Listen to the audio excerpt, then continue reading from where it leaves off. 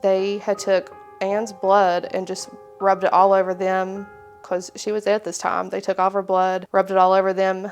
He brought shot glasses. He poured her blood into the shot glasses and they drank her blood. That was when April tried to go to the bathroom to throw it up, but she couldn't throw it up. 61-year-old Gary Caughron is serving now a life sentence for the 1987 murder of a Sevier County woman. Caughron was convicted of first-degree murder in 1990 and originally received the death penalty. The convicted murderer in the case is up for parole next week. WATE 6 on your side's Kristen Gallant shares how the victim's family is asking for your help to keep their mother's killer behind bars. They say nothing will bring their mother back, but knowing Caughron remains in prison will help them feel safer at night. He is coming up for parole on May 31st, and we don't want him to be paroled. We think that justice would be if he spent the rest of his life in prison.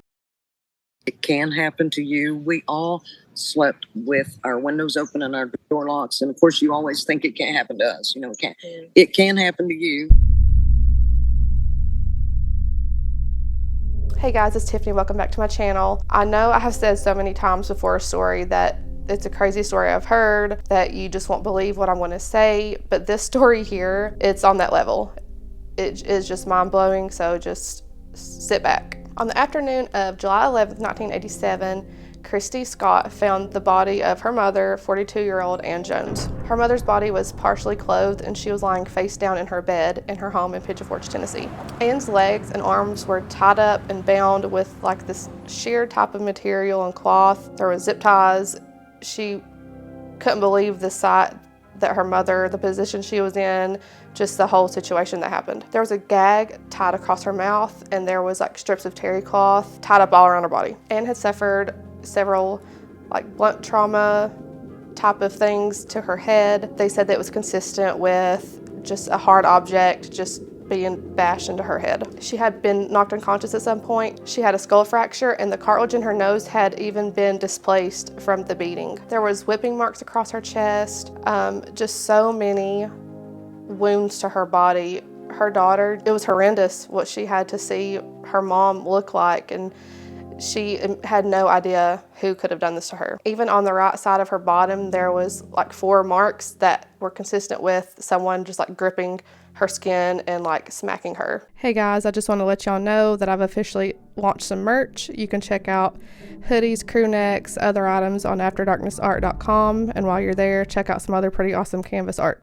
The terry cloth that was around her neck had been pulled so tight that it cut off blood and any type of circulation to her brain. The gag was bound so tight in her mouth that it dug into the skin and it made like slits into her mouth. The pathologist stated that she had died from being strangled and just being knocked unconscious at the time. When they examined the crime scene, her door had been broken. It looked like somebody, you know, it was the 4th century, of course, but it looked like somebody had just beat down the door to get into her bedroom. Her purse was found in the hallway. Everything was there though. Like credit cards, you know, things like that were still there, but money was gone from her purse. The phone lines to the house had been cut, so that goes to show whoever came into the home didn't want her called 911 or called anybody for help. Within about the following week or so, her daughter Christy had found a ring outside. This was a turquoise and silver ring, and it was laying right beside her mother's car in the driveway. The key witness in this case was April Ward. She was a 14-year-old that lived in Pigeon Forge. Nobody thought that she would have anything to do with this. She was just a young girl, seemed super quiet, innocent, shy, and what they were about to figure out was just going to surprise everybody. In the summer of 1987, that's when April met the man that murdered Ann, and he was a 27-year-old. His name was Gary, and they quickly became, you know, involved romantically. She lied to her mom and said that he was 18 years old, and even 14 and 18, that's still illegal and still bad, but her mother assumed, I guess, it was okay and gave them permission to be together, you know, because he was 18, 4 years older than her. But imagine if her mom would have known from the start that he was 27, she would have flipped out. So April's mom worked at a shop. It's called Settlers Village. That is in Pigeon Forge. She worked at a jewelry shop there. And then Ann ran the Wild Hair t-shirt shop that was right next door to her. April and Gary, they met because he was in the area for construction, some type of like contract job, and that is how they met. They got close, and this would be the start of just the trouble that he'd get into. So one night, 2 or 3 weeks before the murder, Gary had been drinking and he was inside of Ann's shop, and she told him to leave because he was just being loud and just causing all kinds of issues in there, and she didn't want all that in her store, especially in front of her customers. This made him super mad, way more mad than it would to like a normal person. Like anybody else, they would have just let it, slide her off their back, but he had some serious issues. He told April that he would like to catch Ann out one night and slit her throat. And that is so unhinged. Like, what kind of person gets kicked out of a store and just said that about the owner? Gary even suggested to April, and first I'd like to say that he really manipulated her and the stuff he said to her, and she was 14 years old. Of course, she's going to do everything that he says. She's going to worship the ground he walks on. I mean, this is a 27-year-old, and she's probably flattered that he even is giving her the time of day. But he told April to accompany Ann to her home one day to give her directions to her home. He also told her to see where Ann locks up the money during the day, the evening whenever she closes the store. He also told April to find out if she was married, if she had a phone line, if she had pets.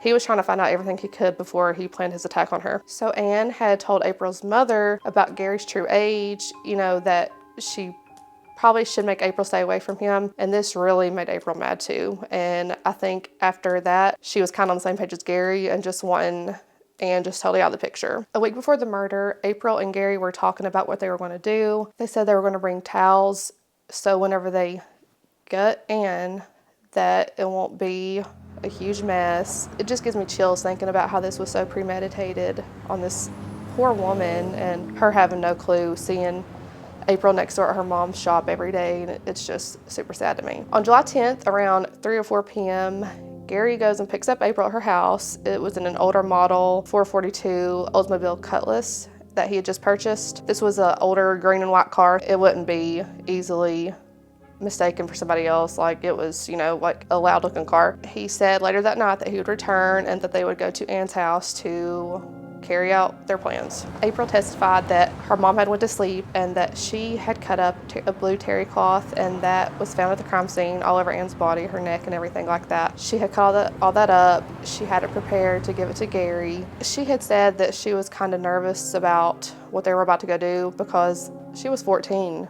She was really brainwashed into doing this, and I think she was getting cold feet about it. He picked her up after midnight, and she said that he had been drinking, but not too much. But someone saw him out earlier that night and said that he had been drinking and smoking marijuana and probably doing other things too. She should have known right there she shouldn't have gotten in the car with him because he wasn't going to be in his right mind. They parked his car at a nearby nursing home, and they walked to her home, and he carried like the end of like a pool stick, and he had tape wrapped around the top of it. At this time, he handed April like a hunting knife, like a really big knife. I don't know what he had her do with it, but I don't think she ever used it.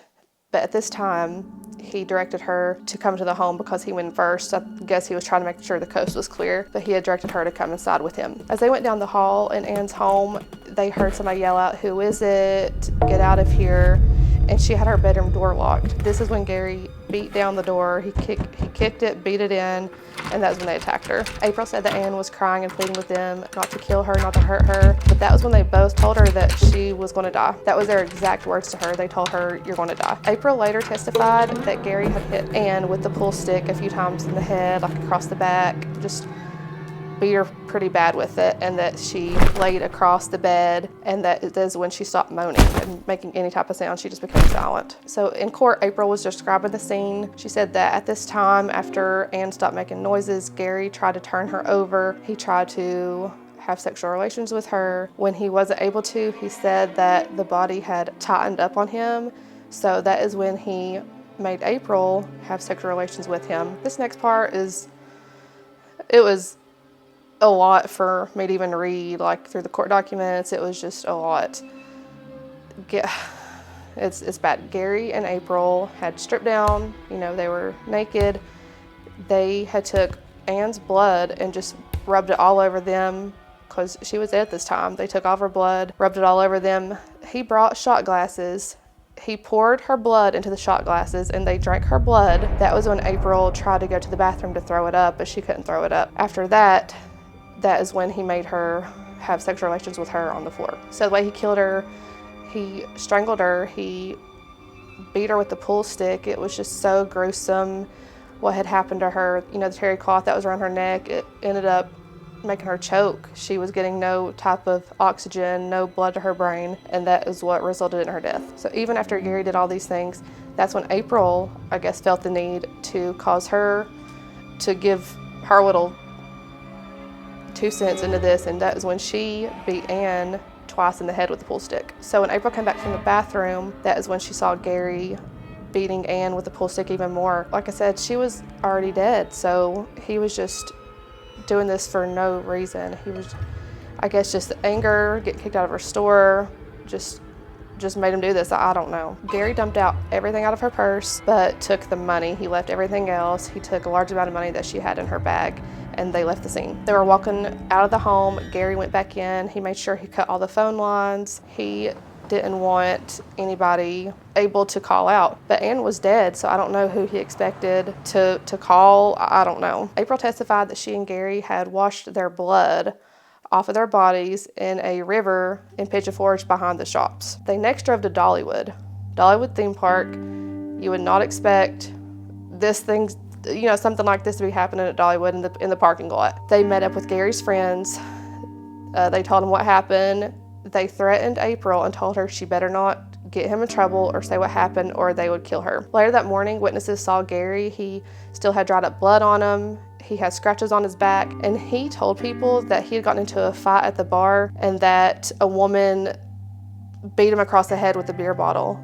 And I'm thinking, first of all, you said you're 18 years old, so that goes to show you're way older than 18 if you're in a bar. April's mom then let Gary finish cleaning up and washing his body in her store in Pigeon Forge in Settlers Village, right by Ann's shop. Gary even went and got his car spray painted a different color by his friend, and people said that he had cars previously that he had spray painted, so nobody really thought anything about that. Jimmy, a former friend of Gary, testified that he knew Gary had a pool stick, you know, the kind that comes apart, and he had duct tape on the top of it, and that right there is what was used in the crime scene. So his friend testifying that pretty much proved that he was there and it was his pool stick. Gary also had told his friend previously that he liked to tie women up and slap their bottoms, and that's literally what he did to Ann. He tied her up, he hit her on the bottom, and that is just super, like, makes me very uncomfortable. And this is the crazy part too. There was so much evidence there, it just pointed right to them. April's mother, Letty, you know, that owned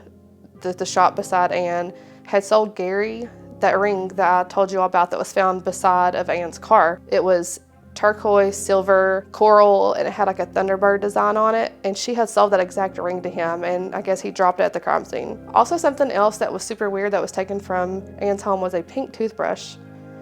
That just makes no sense to me. And April's mother had said that Gary was staying with them one night and he had a really odd toothbrush for a man, and it was a pink toothbrush, and that was Ann's toothbrush. So when police asked April about everything, she denied about knowing about any information at all. She denied knowing about the murder, and she said that her and Gary were no longer romantically involved. But I think that is kind of what made her tell what happened, because they got on bad terms and she just got really mad at him and just wanted everybody to know what happened. Gary was interrogated and questioned so many different times. He gave all different stories each time. He said he was never at a bar, and that was obvious because he was murdering someone. But he told officers different things every time. He even told an FBI investigator that he wanted to kill himself. And while he was in jail awaiting trial, he tried to commit suicide, and it was just awful. Like, that just seemed like an easy way out, and he deserved to be sentenced and everything and to sit through trial. While he was in jail, he was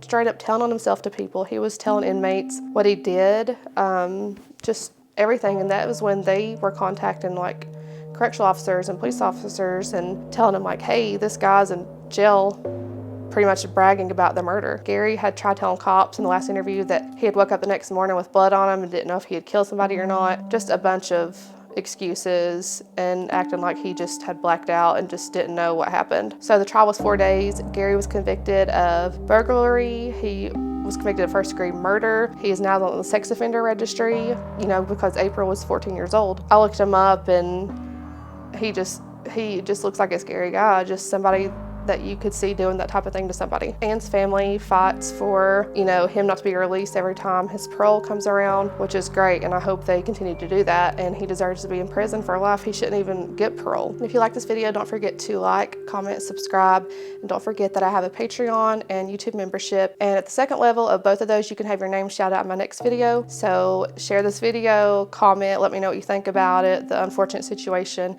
and don't forget to catch my next video. So we have a petition, change.org petition to keep Gary Caughron in prison, not to let him out on parole.